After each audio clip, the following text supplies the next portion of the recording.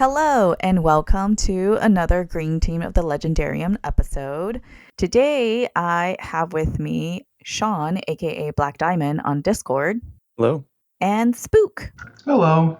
I'm your host, BefuddledPanda, and this episode is the start of a really exciting new series for us. We'll be covering the Dandelion Dynasty series by Ken Liu. And this episode specifically will be about the Grace of Kings, but only the first two parts since the book is pretty big. And so we just want to give ourselves enough space for discussions. All right. Before we get into our lovely chat that I'm sure we're about to have, I wanted to just give a quick overview about Ken Liu. We haven't really covered him on our podcast before. The Green Team did cover the Paper Menagerie short story on AP Canavan's channel. But on our podcast, I don't think we've actually covered him really. So, with that, a little bit about the author. Ken Liu is a Nebula, Hugo, and World Fantasy Award author. His works include the translation of the first and third book in the Remembrance of Earth's Past trilogy, better known as Three Body Problem and Death's End. Like I said, he has a collection of short stories called The Paper Menagerie and Other Short Stories. He has a bunch of other short stories that he's written. But recently I found out that he also wrote The Legends of Luke Skywalker, which is, I wasn't expecting that. And of course, the Dandelion Dynasty series, which we will be discussing. Some of his short stories have been adapted, like Good Hunting was adapted into an episode for Netflix's Love, Death, and Robots, which I really enjoy that series. If you haven't seen it, go check it out. It is a bit graphic, though, so it is an adult animated series. Yeah. What I think is really interesting about Liu is that he was a software engineer. He was a corporate lawyer and a litigation consultant before becoming a full-time writer. And from what I've read, which is granted a minimal, he does bring those different experiences and interests into his works really well. So I'm excited to see what he brings in the Dandelion Dynasty.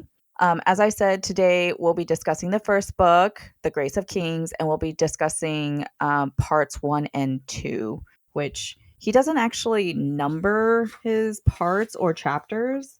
First 11 chapters. Yeah, first 11 chapters. The parts are All Under Heaven and then The Prophecy of the Fish. All right. Before we get into the discussion, there are a few points I wanted to share that may help inform our discussion and how we approach the series. First is this term silkpunk, which is how Liu has described this series. And in a post he wrote for Fan Addict, he said that he invented this term and quote, specifically to describe the aesthetic in the Dandelion Dynasty series. Other authors have used my term to describe their own books, and I won't be talking about their uses. My only concern here is the definition for my aesthetic. And so what really is silkpunk? He goes on to say it involves technology vocabulary that uses bamboo, silk, paper, animal sinew, ceramics, feathers, materials of great historical importance to China and other East Asian cultures. And it also uses like wind, water power, wooden architecture, local environments, etc. So it's like it is what we think about steampunk, but it's the like Eastern version. So that's the first point. My second point is the meat of the series doesn't start until the second book, which I did not know when I was starting to read this series. So the second book is called The Wall of Storms, and Liu says in the same post, The Grace of Kings is the first step in this process of remythologizing modernity, a new understanding of the pre-modern order, the what was. The Wall of Storms and the later books tear that understanding down and rebuild it into something at once familiar and different, an alternative understanding of the meaning of the modern, the what will be. And he goes on to say, like, okay, so if it all starts in the second book, like, why even write the first book? it's because he needed to set a good foundation first in order to get across what he wanted with the series. So in short, the series is a reimagining, a retelling of, quote, the conventional narrative of modernity, which is often modern on a particular telling of the story of like the United States. So he really wanted to take an approach of telling the story of modernity from an East Asian point of view. He does acknowledge in that post, because I know on our Discord there's you know, like, it's not disdain. That's too harsh of a word, but like kind of criticism of like this story is just too close to reality. Liu does say that he Mhm. borrows much of the plot of The Grace of Kings from the Chu Han contention, and it's basically like using that to build up a vocabulary of non-Western political allusions and precedents that could then be drawn on in the reimagining of this epic that he wanted to tell. So that was a lot. I'm just gonna pause there real quick. Like, what did you think? What do you think of all this? Does this framing help you? Does it change any expectations you have for this series? Yeah, so I actually just read that while I was waiting for us to record, and I did find it interesting. I didn't realize like that he considered book one here to be a prelude, and we're reading a portion of it, so this like we're addressing the prelude of a prelude, so we're really like only scratching the surface here. Yeah. And like I knew that there were interesting narrative choices in the series, but I didn't realize how deep they went and how like intentional they were. I can see how it'll be a good amount of payoff, a satisfying payoff. I'm excited to see where he takes it from here. Okay. And to be clear, Sean, this is your first time reading the series? Yes, my first Ken Liu Oh, your first Ken Liu. Okay, in cool. general, and yeah, first time through Dandelion Dynasty. Nice. And Spook for you? Yeah, this was not my first time through Grace of Kings. I read it about a month or two ago, and then I reread these sections. Earlier this year, I also read The Three Body Problem, even though it's not directly Ken Liu. There are some stylistic choices he makes that are kind of in both of these series. I think retroactively, having read this whole book, learning that this is just a precursor, that this is just a prologue, explains a lot of not criticisms I have. Okay. But we often say that this is a historical course with how kind of getting into the writing style, how we're reading a history textbook. And this just being the prologue really does kind of explain that of him wanting to set the foundation, create the structure, build this world, and then go, okay, now let me tell what I want to tell. So it's as hindsight learning this, it's very enlightening, and I'm looking forward to the rest of the series. Did it help you get more excited about the series? Absolutely. Yeah. Okay, cool. I was already really hyped on the series. I have a friend who staked his entire reputation on the series. He said, my goodness. He said, you can stop being friends with me if you don't like this series. Oh, wow. And this was 2 years ago. So I think even before the last book came out, he was saying this. And I'm like, okay. I believe you. I'll buy the first book. And then I didn't read it for 2 years. But well, now here you are. Yeah. I believe originally this series was meant to be a trilogy. And my understanding is when he was writing the last book, it just became clear that 3 was not enough. And so it became 4. I know this is like really common nowadays. It's like, oh, so we'll do a trilogy, and then like it goes on. But I do think I have high hopes. So I've read the 3 Body Problem. For some reason, the second book is translated by somebody else, and the translation I didn't know is just that until not as good. Yeah. Until you mentioned it, I assumed all 3 of them were Ken. So. Oh yeah. No, maybe it's like he wasn't available for the second one or whatever. But the Paper Menagerie, so I was part of that Green Team chat with AP Canavan, and it is a really good short story. Like if you haven't read it, highly recommend it. Still have yet to go through the rest of that short story collection, but he has a really good way of writing humanity, and articulate, like conveying it in a very like like imagery heavy way, visual way, even though he's just using words. So cool. He has The Passing of the Dragon also, which is on my list to read. Ooh, Not is sure if that you're a short familiar. story? Yeah, it's a short story. Nice. Yeah. I know he has a couple of short story collections, so eventually I would 46 like to get through all of pages. them. Nice. Okay. So let's get into it. So the first part of our discussion will be spoiler free. And we'll give a spoiler warning before we get into spoilers. Great. And Spook, you mentioned it being like a history book, and but I hadn't read this blog post until today, but early on in my reading of Grace of Kings, like first couple chapters, I noted, I was like, this is just like the best history book ever.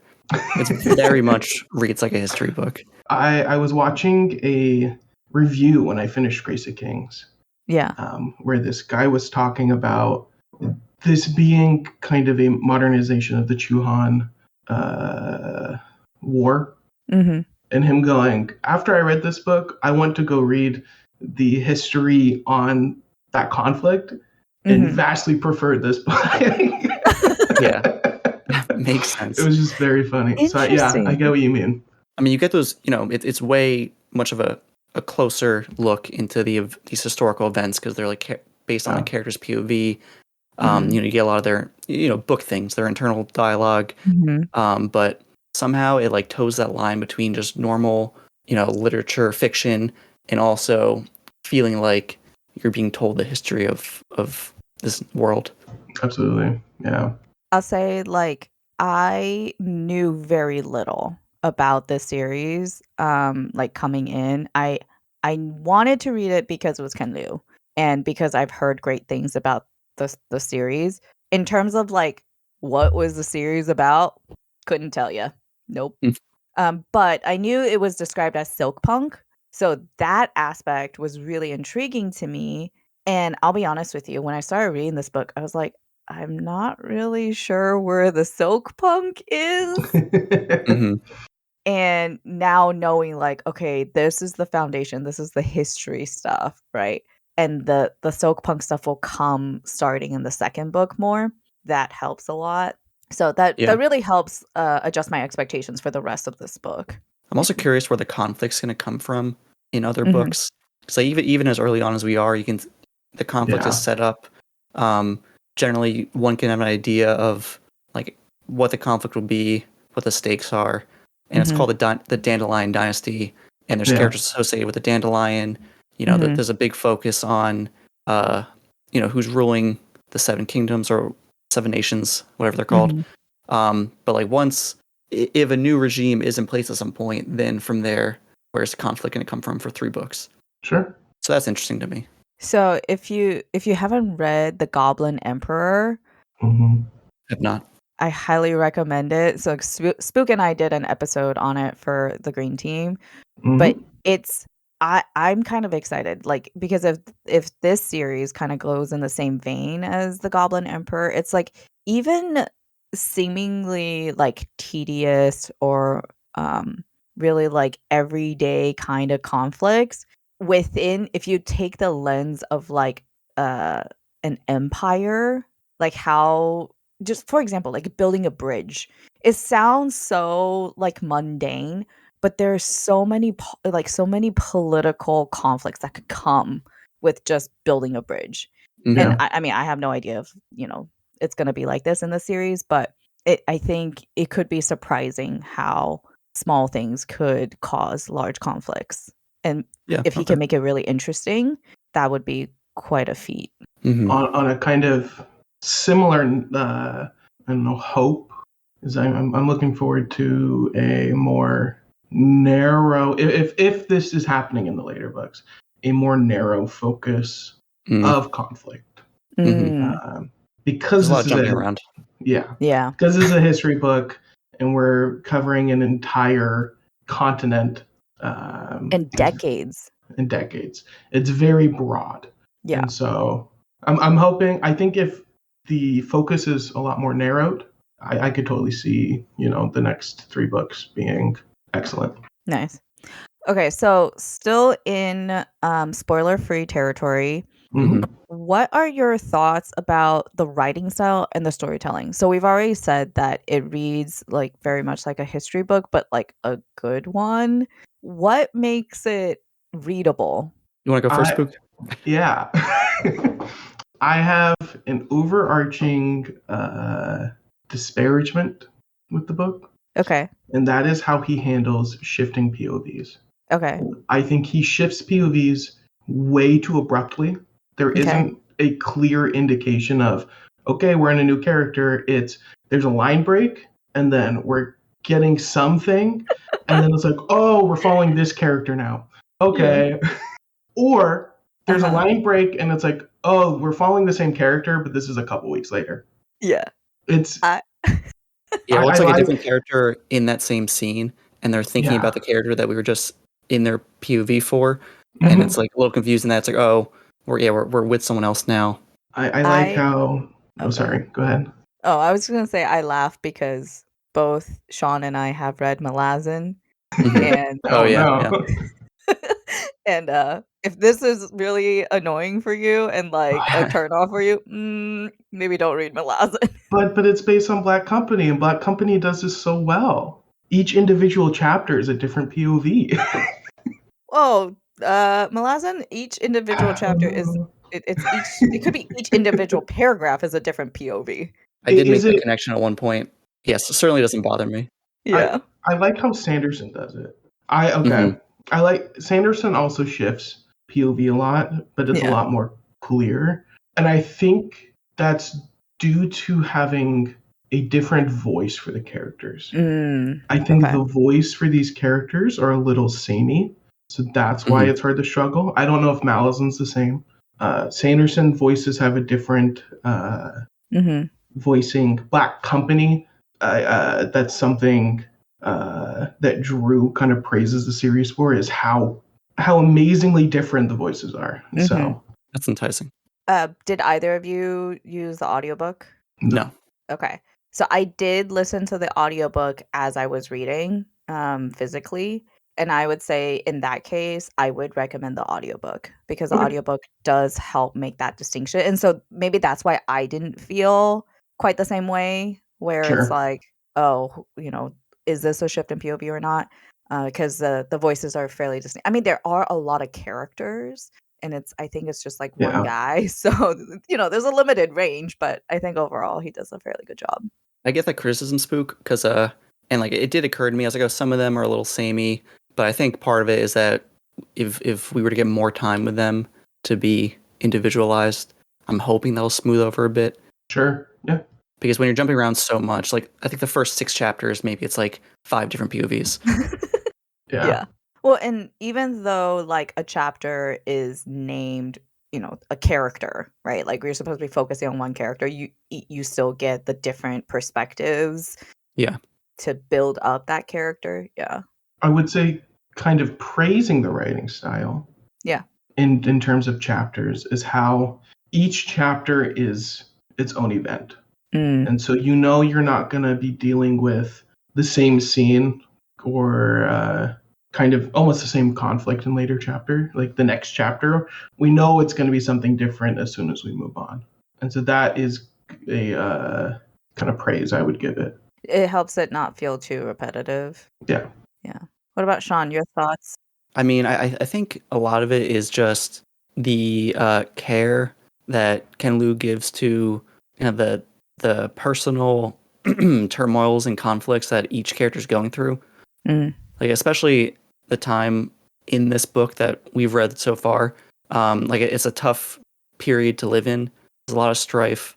These people have to deal with a lot, and like a lot of care is given into just how it affects their lives and their loved ones, and like how they need to grow and overcome these things. So it's like pretty character focused still, even though like we've alluded to, it does read like a history book. But yeah, I think that's mainly it. Just how much care he gives these characters and how he makes you invested in kind of just their situations, and just doesn't back away from really showing you all they're going through. I think there is this balance overall of like too much exposition, and then like let me rephrase. There's this balance of exposition to give you the history of something, and then like present day, like how does this impact the plot? How does this impact the character? Yeah. Right. So it is very much like the history is weaved into the overall like story rather than like, let me spend a chapter telling you about the foundation of this country and this conflict. Yeah, I also think that's just he does the politics well. Like it's juicy stuff, It's like the drama is there that you wouldn't get in just reading about stuff. There's a lot of backstabbing, a lot of just like dirty politics, a lot of battle related politics and strategy. There's a lot of there's a lot in the soup. So there's a lot going on. That it's good stuff there. I've never read Game of Thrones. I've only seen the show, Mm-hmm. but there are definitely like, things that make me think of, oh, this feels Game of Thronesy, like the way that certain things happen. Hopefully that's not too much of a giveaway, but we're covering an entire, Revolutionary War. I think it would be expected to have that kind of intrigue. Okay. Any other spoiler-free thoughts you want to get out before we get into spoilers? Nah. Not really. I mean, there's one thought with how much I enjoy how well he's able to show and not tell. Kind of with he gives exposition. He's like, okay, now here's a scenario where this actually matters. Mm-hmm. But showing the scenes that I have would be spoilers. Yeah. All right. Spoiler time.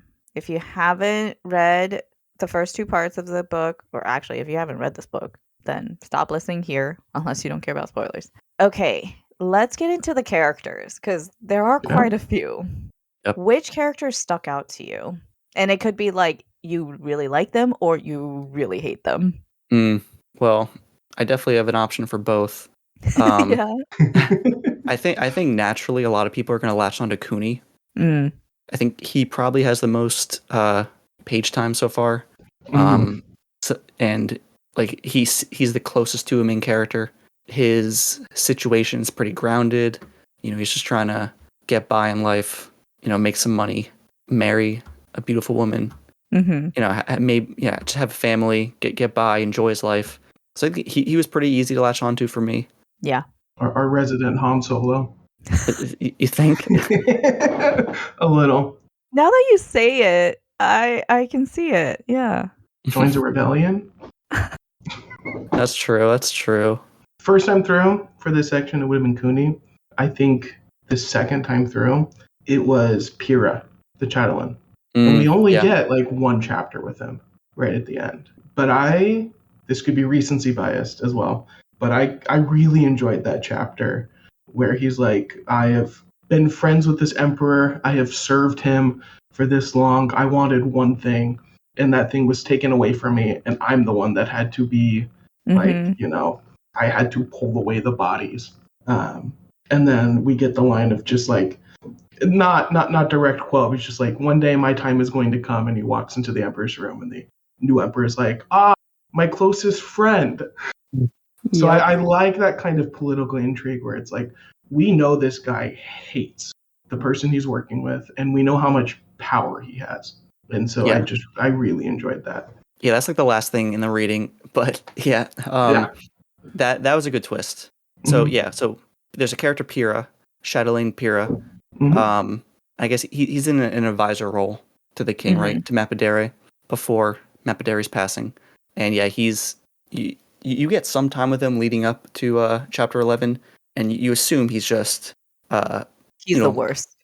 Yeah, you assume he's the worst, exactly, and he's just another one of these power hungry, manipulative, just making life awful for everyone. Only like cares about all the wrong things. You think all these things of him, and then in chapter 11, the last chapter of our reading of part 2, you realize that he's a man on the inside, trying to tear it all down or do what he can, which was interesting because up to that point I was like, this guy's the worst. Also, they're all just the worst. I had assumed he was just kind of along for the ride. It was Prubo was the one that was the worst. No, well, because he was the worst because he orders the next in line for the king, to Yeah. die. Like he strategizes that with Pyrrha. his With Pyrrha, Pyrrha. right?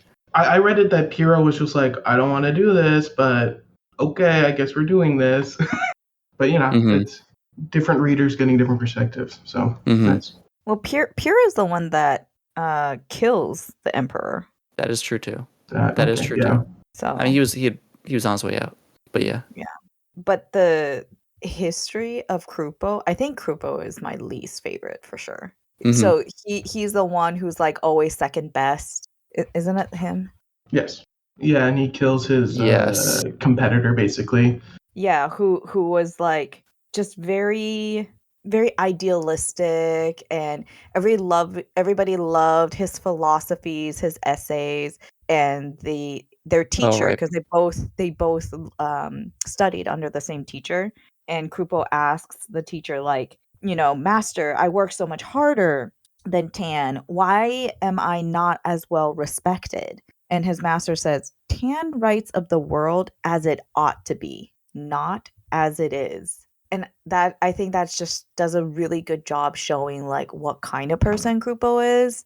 Mhm. He's just very cynical, very much like, well, this is how people are, this is how it is. That all that idealistic stuff, that's just fluff. Like, that's not worth anything. Yeah, Yeah. It's a smart piece of characterization. he does suck. Yeah, I would say overall my favorite is probably Cooney at this point. Yeah. Mhm. I'll admit though, at first when we were first introduced to the character, I was like, oh no, this guy's gonna be annoying. Yeah, he's a little eye rolly, but not the most annoying. But yeah, a little bit.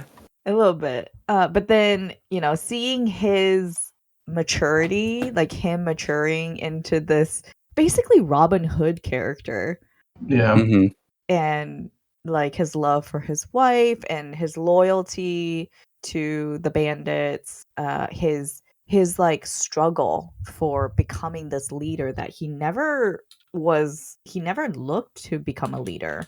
He never really wanted this kind of thing. So He was just there. yeah, He was the one that said, okay, fine. right. There's a scene in particular I like for Cooney where it's kind of the start of the change that we kind of see in his character, where he's with the old lady and the tax collector person. And so he steps in and he's like, hey, go file this with my quote unquote father. I mean, this is a great scene that kind of laid out the political landscape. We learn that the war displaced all of these people and that they were just struggling to get by, and they're still being harmed even though they were forced to move out of their house. And yeah, we kind of see the beginnings of him not just being a slacker and him being proactive, someone who's willing to step in and do whatever it is that needs to be done. Yeah. The guy that he saves from the snake. So Mhm. I also really like the characterization of that character, and also Cooney's wife. So Yep. like Yeah. Gia is fierce, Yeah. and I love her. But the guy that he saves, he is like, I'm not good at anything. Like, I have no skills. I can't And even he's lead you right. back to the camp. But the way that Gia like basically plays therapy on him and Yeah. just helps him understand that, like, no, you are loyal. That's not nothing, right? I love that moment. This book says a lot about like it's making statements on how you treat people affects a lot. Mm-hmm. Like, Yeah. if you treat them a certain way, they can be loyal. If you treat them another way, you have a revolution on your hands. Yeah. And the book also points to specific things where it's like, this was a selfish decision that was a big reason why you're getting a revolution now. And Right. like, yeah. I think that's a really good point. Yeah. Like, it's not just, oh, this was inevitable. Like, it's every little decision that you're making about how you treat other people, they stack up and they have ripple effects. And then all of a sudden, it seems all of a sudden, right? Like, where did this rebellion come from? But if you trace it back, right, over time, you can see it coming. Yeah. And so like the people who Krupo, he was like, where did this rebellion come from? Like the all the, whomever, the commanders, this is their problem to solve. He doesn't think that it's him. Yeah. Like, he just wants to go and be an academic, basically. And, you can see, like, okay, this is not going to go well for you, buddy. Yeah, and then, Cooney is a good foil, or just like a good mirror to showing how you can treat people in a good way. And yeah, you can gain their loyalty. Even though these are smaller situations, they're not like on the scale of having to make decisions for an entire continent. But still, he's a good example of the kind of compassion you need as a leader, or at least like in this world, the statement that Ken Liu's trying to make about leadership. Cooney's very much like the ideal there in some things. There's this theme, I think, of so in the beginning there is the story about Dazu, and Dazu is the one who like was his master told him to carry this calf every day, right? And Dazu's like, oh, the calf can walk by itself now, like why should I have to carry this calf? And then finally, when he's carried it however many days, months, year, whatever, the master's like, look at yourself in the mirror. And he's like unrecognizable. And then he gives him a sword. And then he's able to, easily slice through the dummy with like, I think it was like a wooden sword or something. Yeah. And I think one of the themes that we'll just continue to see is it's not the big moments, it's the everyday, like the practice, the perseverance, the patience. And it's these little things every day, they add up, and then you're able to do great things when the time comes. And I think there was a line there about, so his master says, a great warrior trusts not his weapons, but himself. When you possess true strength, you can deal a killing blow even if all you have is a blade of grass. And so I think like Cooney is like one of those where it's like, he's going through these trials every day. He's learning how to become a leader. And my prediction is that that's how he would become a great leader. Maybe by the end of this book, I don't know. Yeah, and talking about that kind of theme, and it is very present throughout this entire book. I will say one connection I just made on the with the Guy's Master going even with a blade of grass, you can slice through, the enemy. We also see with Gia, and I think it was Otho, her talking about plants, and like she says right at the end, even a blade of grass is deadly. Yes.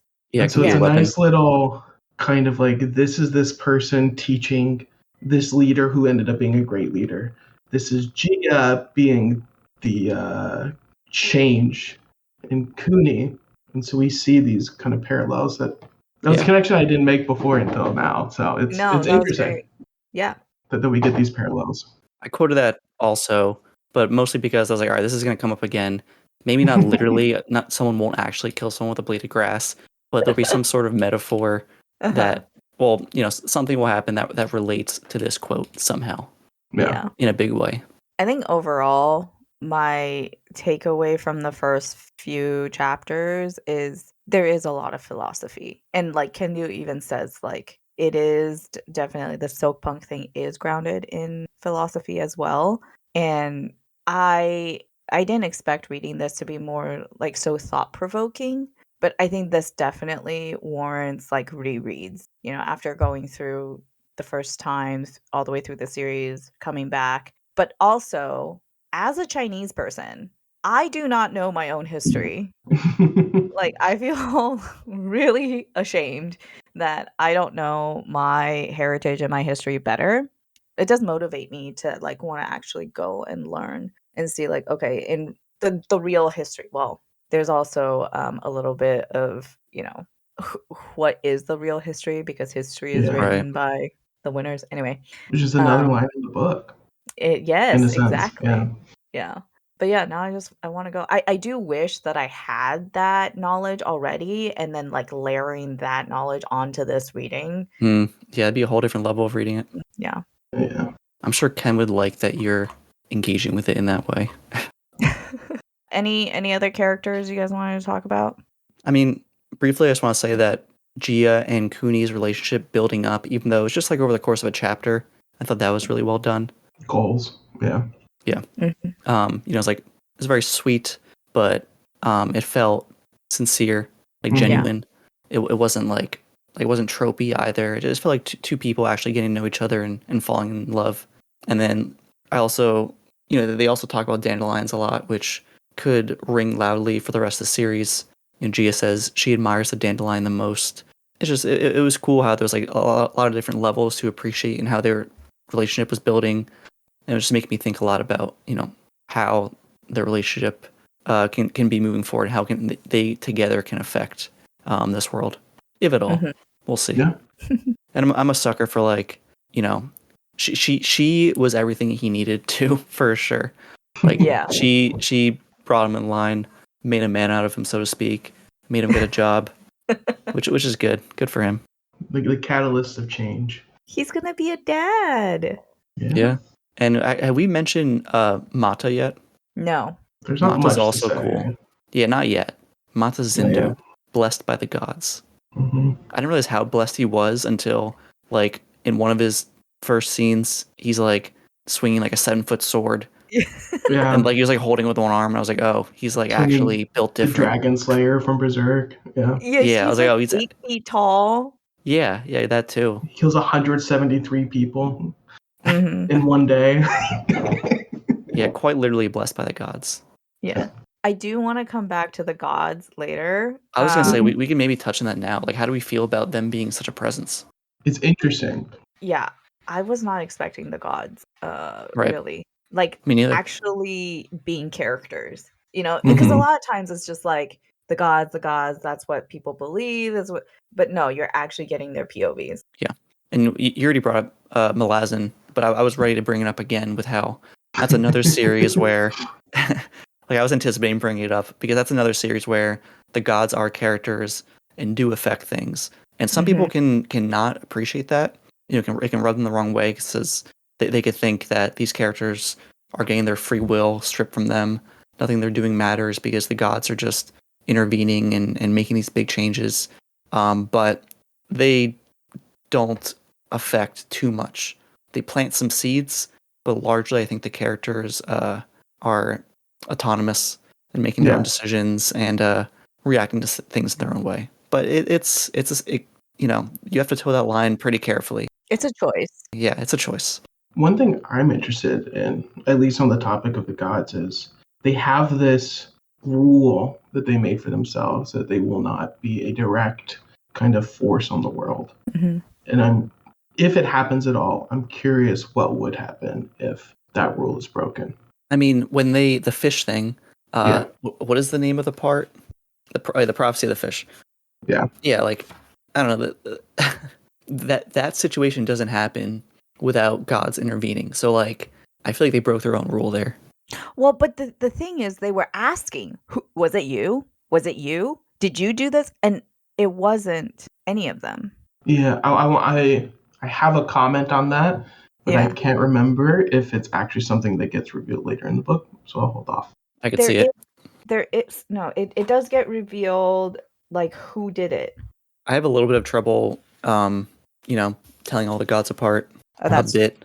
There was like one chapter where they just went through the gauntlet of them, and I was like, what did I just read? I know that like there's twins, and then there's like a god of war. That's about all I got. This is an epic fantasy book. There is a glossary at the beginning of the book. I have, yeah. The glossary is actually pretty helpful. I've been referencing it. The second read through, I've been referencing it as well, because I think the first time through I mixed a lot of characters together.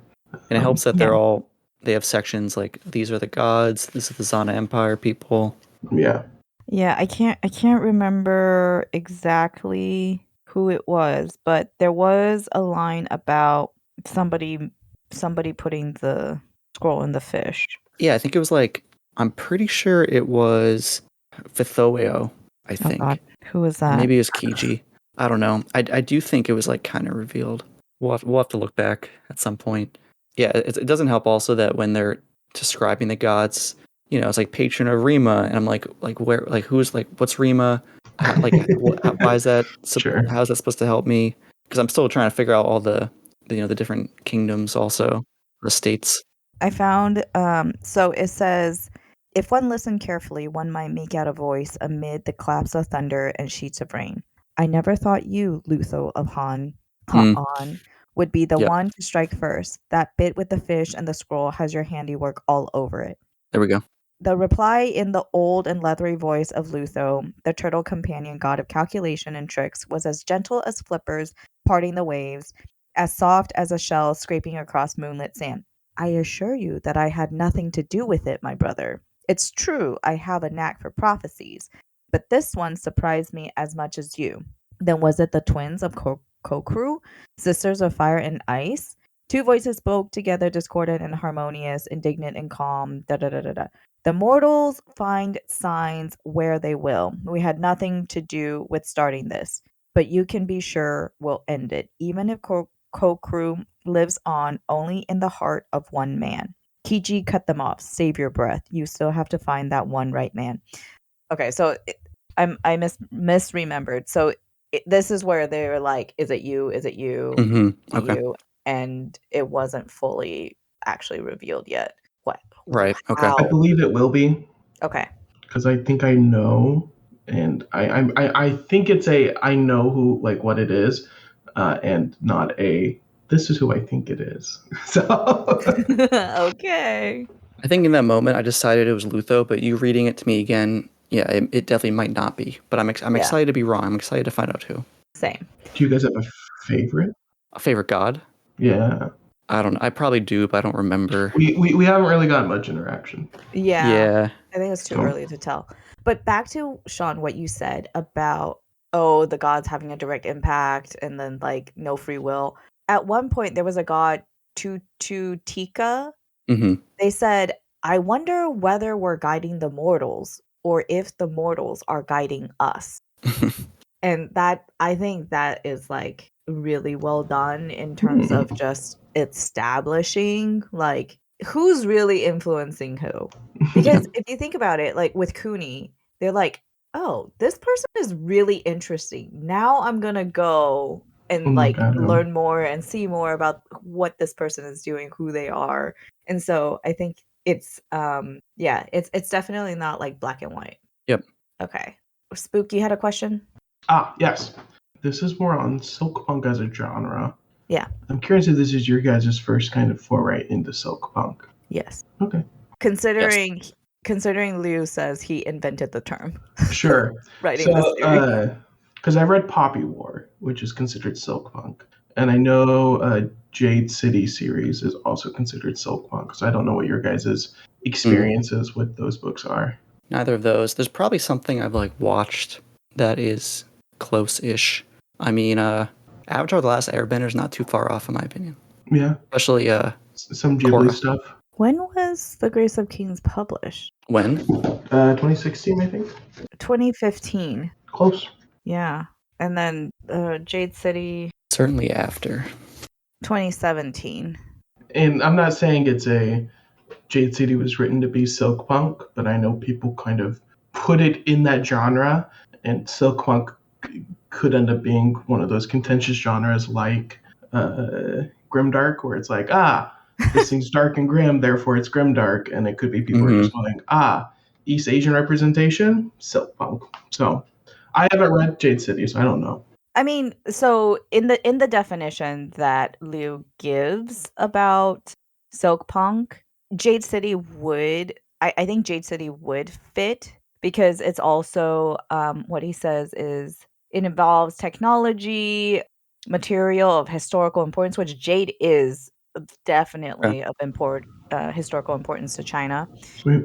and emphasizes biomimicry, so wind, water power, da da da da, balance with the local environment, integrated view of the artificial and the natural.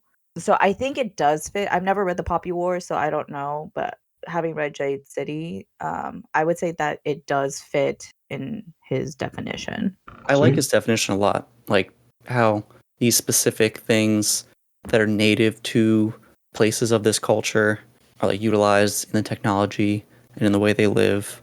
Mm-hmm. It's interesting. Like, yeah, like Spook said, it shouldn't be just East Asian representation, silkpunk.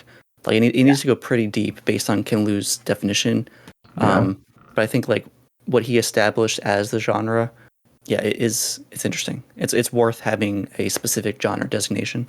I will say though, so with Jade City, it's more of like a magic thing. It's like more Yeah. fantasy, whereas Sure. Silkpunk is more science fiction. So if you were to argue like, well, Jade City is more fantasy, so it doesn't really fall under Silkpunk, I wouldn't fight that. But the thing is, this has the gods, which is often associated with more fantasy rather than science fiction. So I think even this series kind of blurs the line. Yeah. Yeah, and there's some stuff with Poppy War that would blur the line. Not gonna get into it because that would be spoilers, but yeah. All right. Other things that you guys want to talk about that stood out to you? I can throw a quote at you real quick. Yeah. This is also in the Gia chapter 4. The quote reads, "A bird needs both long and short feathers to fly." Great quote. Simple quote, but I like it. Yeah. There is so many good quotes in just these 11 chapters. It's like less than 200 pages. I love it. There's a lot of stuff in that section that's really good. Yeah, I wish I wrote more of the context down there, but as it stands by itself, it gives you a lot to think about. The context is Cooney kind of bemoaning, or not bemoaning, him realizing hanging out with all these, upper crust people wasn't as bad as he thought it was. And Gia kind of going, but don't forget your roots, because having connections on both sides are important for progression. Yes. Mm-hmm. Yep. Yeah, which is very true. I mean, variety's the spice of life, plus, diversify, be around a lot of different people, be open to new ideas and new experiences. Touches on all these things.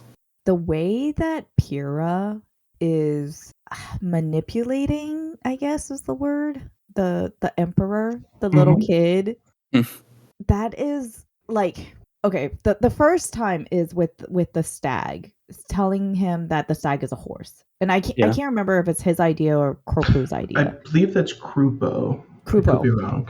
Yes.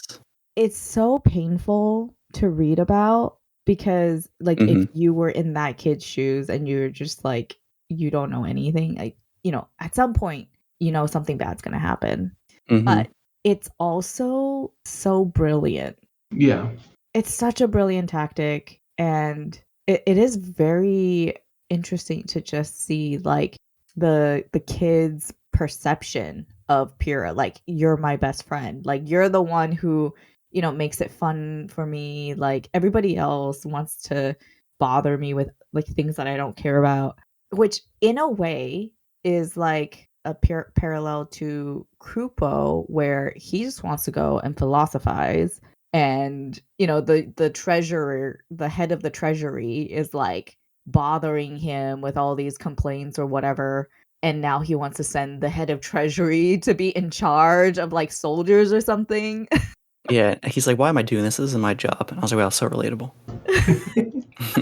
I do like the kind of, so it is Krupo who is going, tell me, my lords, what do you see? Is this a fine horse or deer? And he's like, no, this is a deer, guys. Come on. And I like that kind of shows his intentions with being he's setting the regent. stage. Yeah.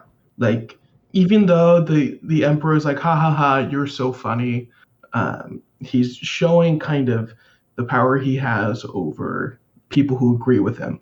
Yeah. And then we see... And the people who don't agree, yes, right? Eliminating them. Yeah, they're like, oh, these guys are traitors to the throne. And when we see his intentions for the position that he's in, which is to make Zana stronger. Whereas with Pyrrha, we see the emperor going, should I be worried about these reports of the rebellion? And Pyrrha going, nah, don't worry about it. It's not a big deal. Even though we know he wants Zana to fail because it took away the only thing he loved in his life. Yeah. Even though Pyrrha's an exception, all these people, like, they want all the power, but they don't want, like, any of the responsibility. Yeah. They don't want to actually rule the states. They just want the power. And it's like, come on. They don't want to change. Yeah. Compromise a little bit. Mapadire also did some good things, but largely he is actually awful. He sucks. Yeah. So I did want to talk about the Grand Tunnels as well. Oh my god. The what? The Grand Tunnels. Oh, okay, yeah. What about it? I just think I'm wondering if it's I could be wrong, kind of this book's version of the Great Wall, where he's Oh. building this gigantic, massive, structure, even though his is building tunnels underground. I just think it's a cool idea, first of all, to just connect all of these countries together It's not a through bad idea. underground tunnels. If only we would do that, but I'll take a decent train system first, but yeah. well, yeah, Go on. the train would be underground or something. Yeah, sure. Yeah, that's fine. Although that's getting more into the Hyperloop, which that worked out well. But no, I just think it's a cool idea, and I wonder if it is that kind of Ken It Liu's is a good version idea. of the Great Wall. Kind of all Yeah. of these human lives are being sacrificed to put this dynasty's kind of stamp on the world. Yeah, there's a couple, I think, real world analogs for that. And like you said, it is a good idea, but the execution is just way off. Like, he doesn't care that people are dying, the working conditions are awful. He just, like, throwing lives out the window to get this done. This will get done, and because I say so. Mm-hmm. And there's also the the mausoleum being built for the 12-year-old, whatever his name is. Yeah. And then the Similar situation. big tomb for Mappadera. Yeah. Right. To really show that they didn't kill him. Yeah. It's kind of sad too, where it's like this is his the current emperor's like only parent, and so this is who he has to like lift up because his mom got murdered by his dad. Yeah, like Mappadera is he's a very twisted view or like sense of just life. It was very interesting to read. There was one kind of bit at the beginning of the book where it's going over the assassination attempt, and there's one line that really stuck out to me, kind of about Mappadera, where it didn't really have anything to do with him as a character, but just the assassination's happening, and he's like, and then I started slapping my legs to get the blood flow going so I could run out of the way. It was like that kind of like little bit of just detail that didn't need to be there, but that kind of shows the thought behind the characters that Ken Liu puts. Whereas he's old, so he's not going to be able to, stand up and start running. I've said this once in this recording already, and it basically touches on kind of what we were talking about earlier about why the book works despite, it being like history book-esque. But like smart characterization is big, I think, for the series. Yeah. It can be done, like there can be smart characterization done long view, like over a chapter, or it can just be one line. But it's like unique way to characterize someone, and like each instance of smart characterization usually says multiple things about a person, or it makes you think many different things about a person. Yeah, I think that's why a lot of the characterization works, despite it not having your normal character POV structure and time given to a character POV. Yeah. Mm-hmm. One of the things that like really there's a lot of good like I guess teachings or like parables for like what makes a good leader and like what makes very big a bad leader. And one of the things when we were talking about Krupo basically sending a head of treasury to go and oversee a bunch of soldiers because he didn't want to deal with it. I recently learned of a quote by Charles Eames, which, if you don't know who that is, basically he and his wife design furniture. There's like the Eames chair, which is very famous, also very expensive. But he has a very famous quote of which is never delegate understanding, and he actually goes on to basically say like you need to do the understanding so that you can build up intuition. Yeah. And that has stayed with me, and I just look at these characters of like who is actually going and doing the work to understand. Cooney is doing the work to understand. He understands, what it means to have nothing. He understands the relationship between himself as an individual and, the empire. And then Pyrrha has an understanding as well because he's gone through that pain, and the emperor is not your friend. And but Krupo doesn't. I would say that the young emperor, he's not going to have that understanding. He's getting distracted, right? And I mean, it's not by his choice, but he doesn't know any better. Mata has an understanding. Like, if you think about the scene about the sword from his ancestor, and like he has that connection to his history, he has that hardship, he has that understanding. So it's going to be really interesting to see how these characters shake out. I think that scene, it was more Finn has the understanding, and he's trying to impart it on Mata. I agree. I think that's how I took it. Yeah. Finn is another character that, oh man, he's interesting. He has good intentions, but I worry about his methods. Sure. Yeah. In the same vein, I think the book has a lot to say about different types of leadership. And yeah, just like there's a lot of leaders in this book, a lot of people in leadership positions, and you can see how they operate, how they delegate, their mindset on leadership. And I think we'll talk about that more in the next recording. But you know, these different types of leaders, sometimes they're against each other, sometimes they're with each other, and it's interesting to see how that plays out and like how they butt heads, how they work together. Yeah, I think this will be a really good kind of discussion topic throughout this entire book, because it is the leadership methods and what makes a leader is very important throughout this entire book. So I'm with that kind of framing, I'm looking forward to this reread as well, because I didn't pick up really on that the first time through. Yeah, if there's anything that keeps me going, it's going to be that kind of philosophizing and just reading about that. So Sean, I have to ask you, because you had posted in the chat, in our Discord chat, like, I don't know if there's going to be much to talk about. How do you feel now? We did find a way. We did it. I had faith. I had some faith, but yeah, like I partly stand by that statement, but I mean, evidently I was wrong. But I do partly stand by that statement just because, yeah, it was a lot of setting up the setup, you know, the prelude to the prelude, and yeah, it's a lot of events. Just saying, like this event is going to happen. You know, let me tell you about it. Like the death of the emperor. Just, I mean, a lot of the sections, introducing characters, some events. I wrote down the chapters for the first couple in my notes, but I wish I kept going. I do like that he names his chapters. Yeah. It does help with context.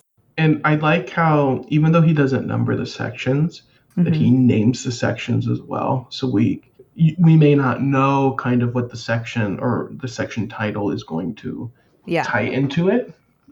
But like with section 2 being prophecy of the fish. Yep. It's we learned about it halfway through, but it being about the start of a revolution is like from this prophecy. Right. Is an excellent kind of way to spoil what's coming up, but you have no idea. But you don't know. Yes. Well, speaking of that, okay, so our last topic is predictions. So Spook, you have already read through this, so I don't know if you quite qualify.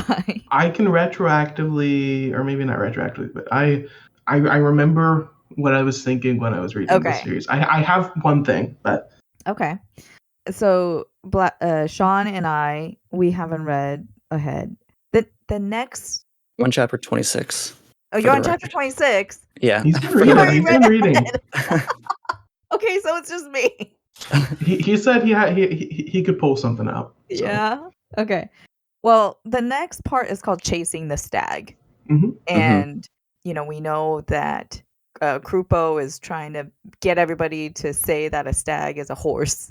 So my prediction is the next part is going to be basically people are going to be going after or trying to make something happen that is kind of like a red herring. It's not, there's going to be a lot of deception, I think, in the next part. That's my guess. Prediction was and is Cooney and Gia becoming way high up in as far as like ruling the states. I mean, it's the Dandelion Dynasty. You know, that's the name of the series. We know what a dynasty means. Gia, is the one of them is the Dandelion. I suppose it's Gia herself, but she's kind of She is pregnant. Yeah, that is true. Yeah, so that was and is my current prediction. That that not the craziest prediction ever. I feel like it's pretty. I think a lot of people would think that at this point, but that's what I was thinking. Nice. Spook. I think my one thing. So I read the kind of blurb on the back of the book before I started reading it, and I expected kind of a bromance from the start. Yeah. Of Kuni and Mata, because that's what it says. Yeah. And so when reading this, I'm like, when are we gonna get the bromance?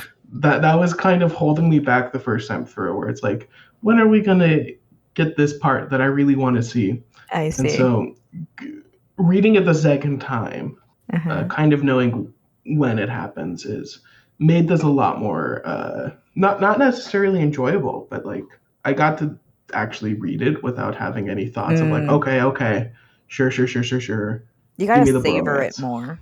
Yeah, that's my problem. Nice. I do like the bromance. Spoiler alert. Well, I'm looking forward to it. Anything else you guys want to say before we wrap up? Do we need to talk about like Krima and Shigen at all? I'm not too comfortable speaking about them because I just don't remember too much. But like they were the corvée I don't remember who laborers. they are. I know. Krima is supposed to be king. That's what the prophecy Uno said. Krima, yeah. Right? That's right. In the fish. So not sure how they will really fit in, but they have started the rebellion. Yeah, they're just a sect of rebels, essentially. Yeah. I think it's mostly what we need to know at this point. I guess they are the official rebellion. Yeah, probably the first official part of the rebellion. I do like how much this book shows that when the people are unified, how much power that they have. When they're unified under something that they are willingly following. Yeah, that Kuni example where like the mayor changed his mind to welcome him in, and then, well, bye. Yep, it's cool. It's interesting. All right. I think we said the next part is gonna be All of Chasing the Stag. All of Chasing the Stag, because it is pretty long, isn't it? It is. Is it just Chasing the Stag is the next one? Yeah. Yep. Just Chasing the Stag. Yeah, 258 pages. So. Yeah, I'm like not even that close to being done with it. Plenty to talk about. Even though I technically shouldn't be.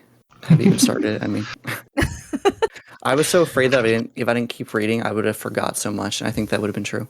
Yeah. All right. So next part is Chasing the Stag, and we will be back to discuss more. With that, thank you all for listening, and thank you to Craig for loaning us a little bit of his media empire. We are, I guess I should say, Green Team of the Legendarium is now on YouTube. We are available on YouTube and YouTube Music. So if you prefer to get your podcast that way, feel free. And if you comment, we will see it. We may or may not respond back. No guarantees. But if you comment, we will see it. I'm going to be starting so many fights with commenters. It's going to be great. Please don't. I'm joking. I think you should leave. Hey, you got it. And with that, until next time. Bye.